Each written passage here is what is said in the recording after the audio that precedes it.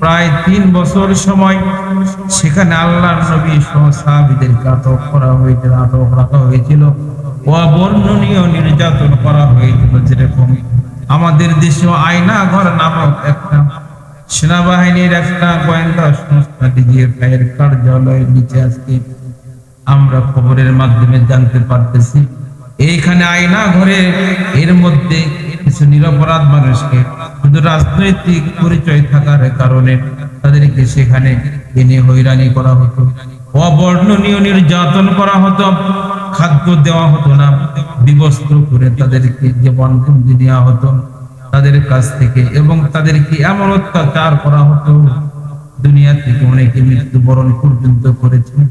আজকে তাদের হাড় গড়গুলো পর্যন্ত সেখানে পাওয়া যাচ্ছে, যেটা অতীতে কোনো ইতিহাসে বাংলার জমিনে এরকম ইতিহাস আমরা দেখি নাই। এইগুলো এই বিদায়ী সরকারের আমলে তাদের মদতপুষ্ট সংগঠন এবং সরকারের মদতে হয়েছিল, যেগুলো আজকে আমরা দেখলে আমাদের হচ্ছে, আমরা আটকে উঠতেছি। বহির্বিশ্ব থেকে আমাদের এই কাজগুলোর জন্য আমরা লজ্জিত হচ্ছি, আমাদের দেশ অপমানিত হচ্ছে।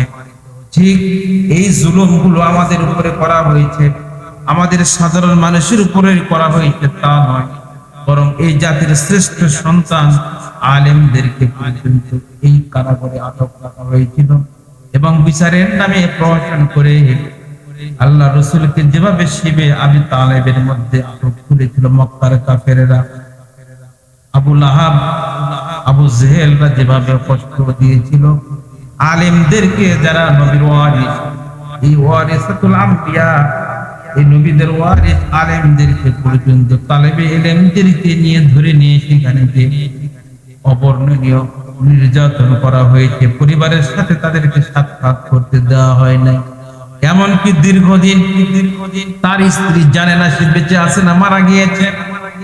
এই অনিশ্চয়তার মধ্যে দীর্ঘ 10 বছর পরে তাদের স্ত্রী পর্যন্ত অন্য জায়গায় বিবাহ বন্ধনে আবদ্ধ হতে বাধ্য হয়েছে। কিন্তু এখন যখন তাদেরকে সেখান থেকে বের করা হলো, পরিবারের মাঝে যখন ফিরলেন, সন্তানদেরকে চিনতে পারে না, সন্তান বড় হয়ে গিয়েছে, সন্তান বাবাকে চিনে না, বাবা সন্তানকে চিনে না, এরকম একটা অবস্থা।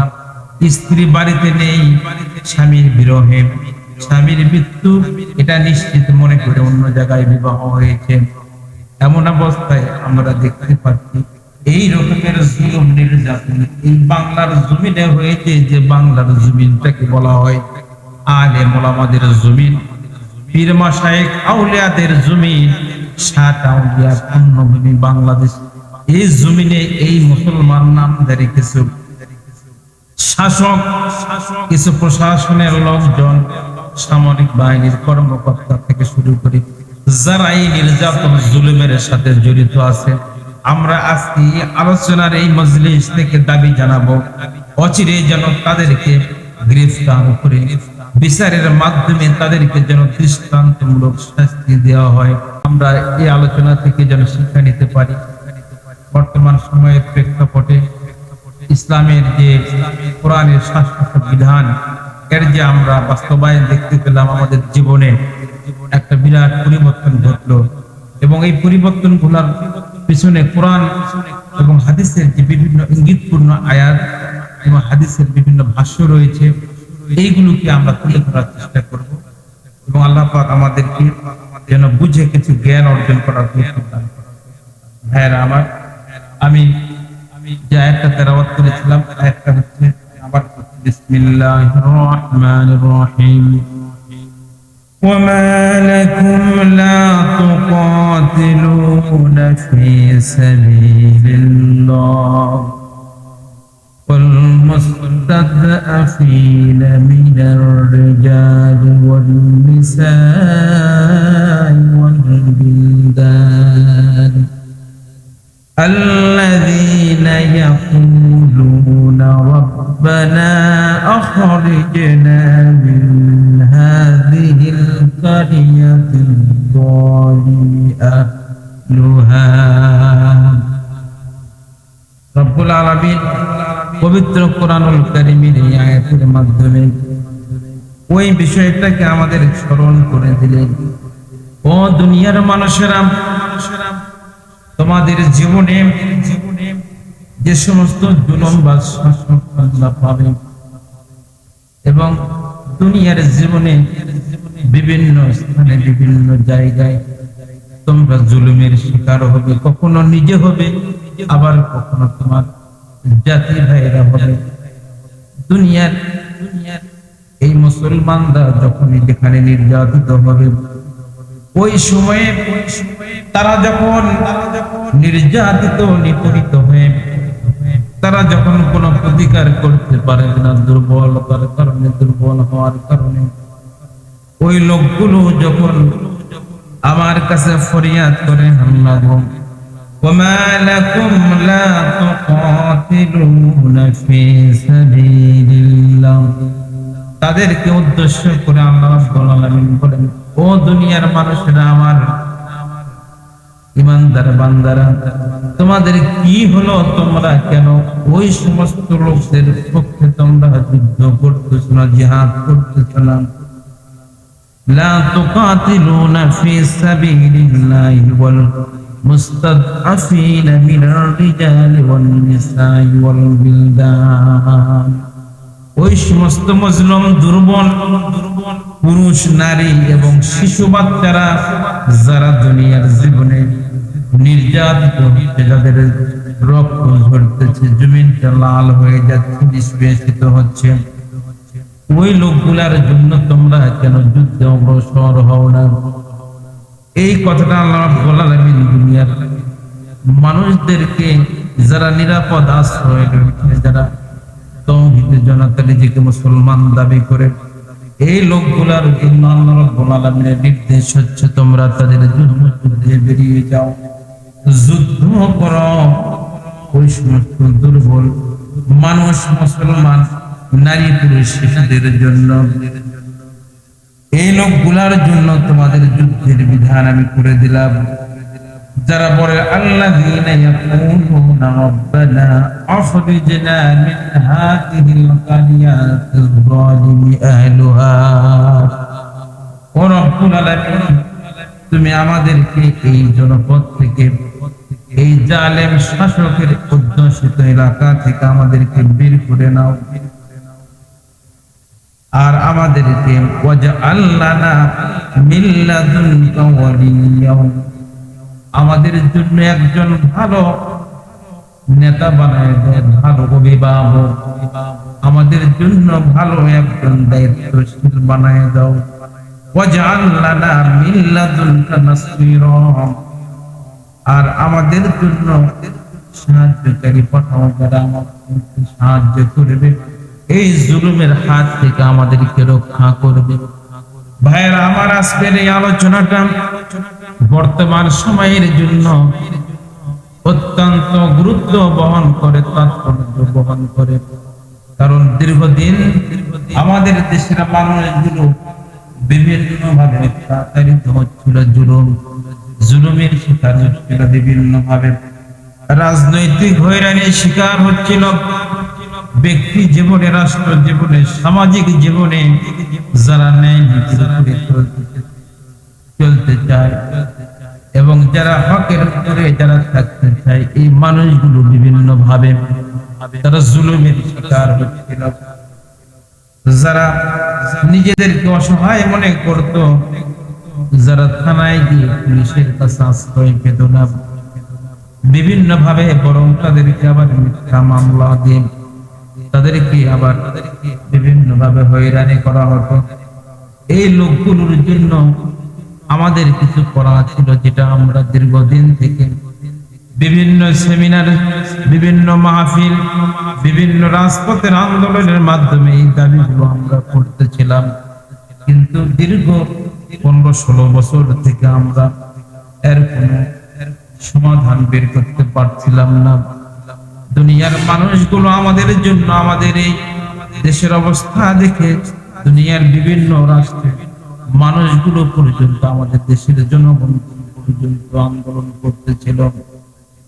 সর্বশেষ এই যে আমাদের যে আন্দোলনটা সফল হলো, এর জন্য যারা কাজ করলো, সংগ্রাম করলো, এবং যারা জীবন দিল, আল্লাহ রাব্বুল আলামিন প্রত্যেকের জন্য যেন জান্নাতের মেহমান বানায় দেয়, প্রত্যেককে যেন শাহাদাতের মওকিফ দান করে। সকলে বলি আল্লাহুম্মা আমিন। ভাইরা আমার, এই মানুষগুলো তারা কেন এই কাজগুলো করে? এটা শুধু বর্তমান সময়ের জন্য, বর্তমান এদেশের আলেম ওলামাদের জন্য কি অত্যাচারটা হয়েছিল, না পূর্বেও হয়েছিল?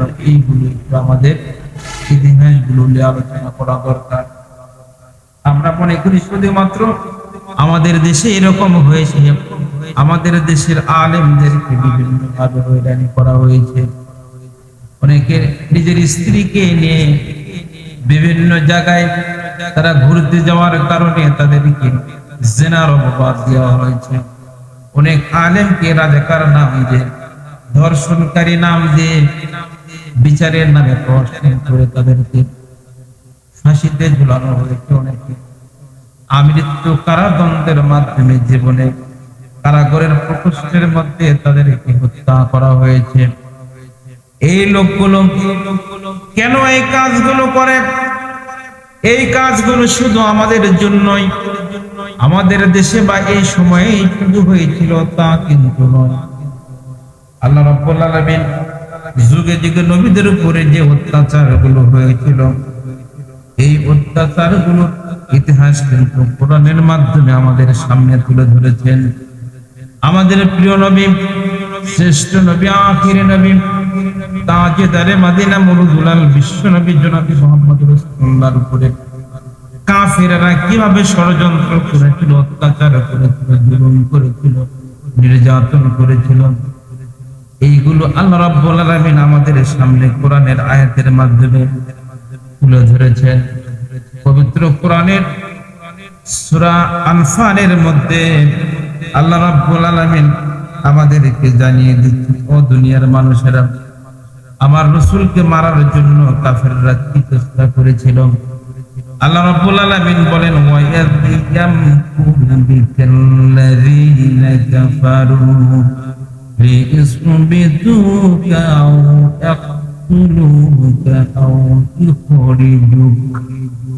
হে রাসূল, আপনাকে তারা, আপনার বিরুদ্ধে তারা ষড়যন্ত্র করেছিল। কাফেরেরা আপনার বিরুদ্ধে ষড়যন্ত্র করেছিল, লিইসবিতুক, আপনাকে তারা আটক করবে, ওয়ায়াকতুলুক, অথবা আপনাকে তারা হত্যা করবে, আও ইখরিজুক, অথবা দেশ থেকে বিতাড়িত করে দিবে। ওয়ায়ামকুরুনা ওয়ায়ামকুরুল্লাহ, তারা ষড়যন্ত্র করেছিল, আর এই ষড়যন্ত্রের পাল্টা ছলনা আল্লাহ রাব্বুল আলামিন আমি নিজেও করেছি আপনাকে হেফাজত করার জন্য। তারাও ষড়যন্ত্র করেছিল, আমিও আল্লাহ বসেছিলাম না। আল্লাহু খায়রুল মাকিরিন, আর আল্লাহর থেকে উত্তম পরিকল্পনাকারী, আল্লাহর যে উত্তম শ্রেষ্ঠ পরিকল্পনাকারী তো আর কেউ হতে পারে না। হে রাসূল, তারা পরিকল্পনা করলো আপনাকে তারা আটক করবে, এবং তারা আটক করেছিল শিবে আবু তালেব উপত্যকার মধ্যে। তারা এই রাসূলকে সহ, আমাদের রাসূলকে সহ, আবু তালেব তার চাচা এবং তার স্ত্রী সহ বহু সাহাবীদেরকে সেখানে আটক করে রাখা হয়েছিল। বিভিন্ন ভাবে তাদের উপরে জুলুম করা হয়েছিল, এবং মক্কার কাফিরেরা এই বনু হাশিম এবং বনু মুত্তালিব গোত্রের মধ্যে একটা বিভাজন তৈরি করে আবু লাহাবকে তাদের পক্ষে নিয়ে একটা চুক্তি স্বাক্ষর করেছিল। এই স্বাক্ষরটা, এই চুক্তিনামাটা যে লেখে তার নাম ছিল মুনসির ইবনে আকিল। এই ব্যক্তিটাই চুক্তিটা সই করেছিল এবং স্বাক্ষর করেছিল, চুক্তিনামাটা তৈরি করে দিয়েছিল। সেইখানে বলা হয়েছিল, আমরা বনু হাশিম গোত্র যারা রাসূলকে সমর্থন করে এবং বনু মুত্তালিব গোত্রের মধ্যে যারা রাসূলকে মুহাম্মদ সাল্লাল্লাহু আলাইহি সাল্লামকে যারা সহযোগিতা করবে তাদের সাথে আমরা কোনো সম্পর্ক রাখবো না, তাদের সাথে আমরা কোনো আত্মীয়তার সম্পর্ক করব না, তাদেরকে কোনো রকমের সহযোগিতা করব না, তাদেরকে খাদ্য দিব না, পানি সরবরাহ করব না, বরং তাদেরকে আটক করা হবে। মক্কার অদূরে এই যে দুইটা পাহাড়, মাউন্ট আবু কুবাইস এবং মাউন্ট আদিয়াব, এই দুইটা পাহাড়ের গিরিপথে মধ্যে তারা একটা জেলখানা বানিয়েছিল। এই জেলখানার মধ্যে এতটা নির্যাতন করেছিল রাসূল সহ মা খাদিজাতুল কুবরা রাদিয়াল্লাহু আনহা পর্যন্ত। জীবনে এত কষ্ট করেছিলেন, তার সকল সম্পদগুলো তারা ক্রয় করেছিল, তারা কেড়ে নিয়েছিল এবং মা খাদিজা তার সম্পদগুলো দিয়ে ইসলামের জন্য যা করে গিয়েছেন, দুনিয়ার কোনো মানুষের পক্ষে, কোনো মুমিন নারীর পক্ষে সেই ভূমিকা পালন করা সম্ভব হবে না। এবং ওই সময়ে তার চাচা আবু তালেবকে পর্যন্ত সেখানে আটক রাখা হয়েছিল। এক পর্যায়ে তারা দীর্ঘদিন অনাহার, এমনকি পানির তৃষ্ণা পর্যন্ত তাদের নিবারণের সুযোগ ছিল না। পানি না থাকার কারণে সাহাবীরা বলতেন, আমরা ওই সময়ে বাবলা গাছের পাতাগুলো পর্যন্ত আমরা চিবিয়ে চিবিয়ে খেয়েছিলাম পানি তৃষ্ণা নিবারণের জন্য। এবং পানি না থাকার কারণে আমাদের পায়খানাগুলো বকরির এই যে পায়খানার মতো শক্ত হয়ে গিয়েছিল। এইভাবে তারা আমাদেরকে নির্যাতন করেছিল।